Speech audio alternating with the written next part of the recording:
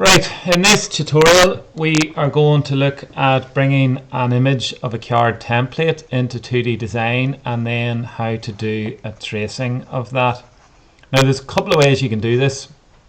You can take a photograph of your card template and you can insert the JPEG, or I'm just going to cheat and I'm going to go to Molly's here and I'm going to do function and print screen. If you press those two keys together on the keyboard, and if I go back in here and hit Control and V, that image is pasted onto the page. Now it's come in quite large. I can make that smaller, but it's a nice size to trace here. So what I'm going to attempt to do is to pick up a series of different shapes, and I'm going to try my best to draw all the way around this. So one of the first commands that you'll pick up is a circle, because your wheels are going to be circle shape. I've taken the attach off. Go to approximately the middle of the shape, click once, drag your mouse out, click again, and you've got your first circle drawn. If you find that the color is difficult to see, you can make that something brighter, like a green or a yellow. So you can see now that's come up a lot easier. If I want to keep both wheels the same size, I'll make a copy.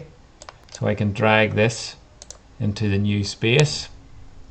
I then want to draw a line between the two circles. Always include overlaps. I'll explain why towards the end. But you want to overlap all your shapes, so you want that to cross over both circles. I'll just change that color, has changed there to black. And that will cover that. So you can see I've drawn two circles. I've drawn the floor of the car. I'm going to draw that line on over to here, and I'm going to draw it down to the bottom here, and again remembering all the time that I have my overlaps. Again, this color keeps changing, so I will change it back to green, and to make sure that I'm aware of what I'm drawing each time. So now when I look at my shape, I've drawn the floor and my two wheels. This shape here is a curved shape. We can draw that with something called a path tool. Click here. I'm going to change the color to green first. And then this time I want to join it on to the end of this line, because I can't do an overlap like I did in the circle. So I'm going to click on this little square called attach. And if I click, you can see that it will join on to the end of that line. Now, then take the attach button off. And everywhere where there's a bend or a corner, you should drop the line. So if I drop it here and click once, drop it here and click once, drop it here and click once, drop it here, I can very quickly go around a curved shape, and I can keep going. Now it'll be difficult for you to see, and keep going, and I'm going to keep going there right to the end. And then I want to put my attach button back on, and I'm going to click, and this time I have to double left click with the mouse to end the shape. Now again, you'll see this, you might see it on the recording, but if not, you'll definitely see it on the final piece. Now I have a mistake in there, and I can come back and correct that later. The next thing I need to do are my two C shapes.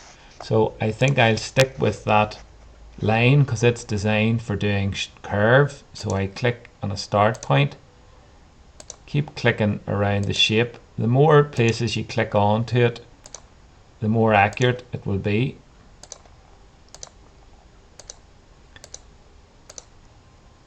And I can go all the way around. I'm going to go through this very quickly. You don't have to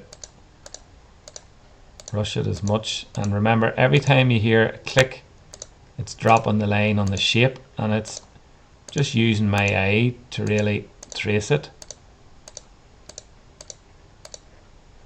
And when I get to the end, close to the end, it's important that the last one I choose this attach and double click, and that's it, finished. Now I can do a couple of things at this point.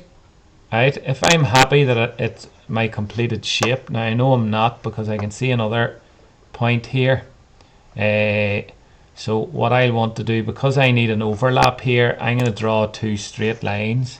I need to take the attach off, and I'm going to draw a straight line out to here. And I'm going to draw another one to here, so I have my overlap.